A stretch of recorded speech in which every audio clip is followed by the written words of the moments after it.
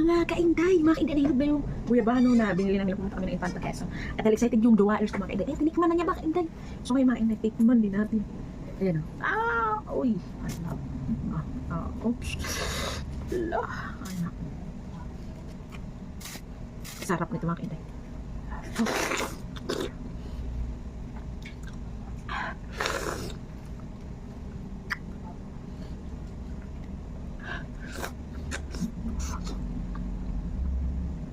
Kaget yun.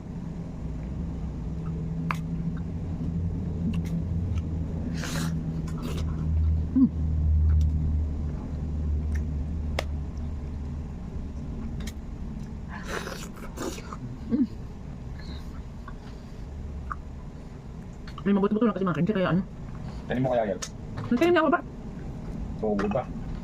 Mamin puro na. Oo nga pala.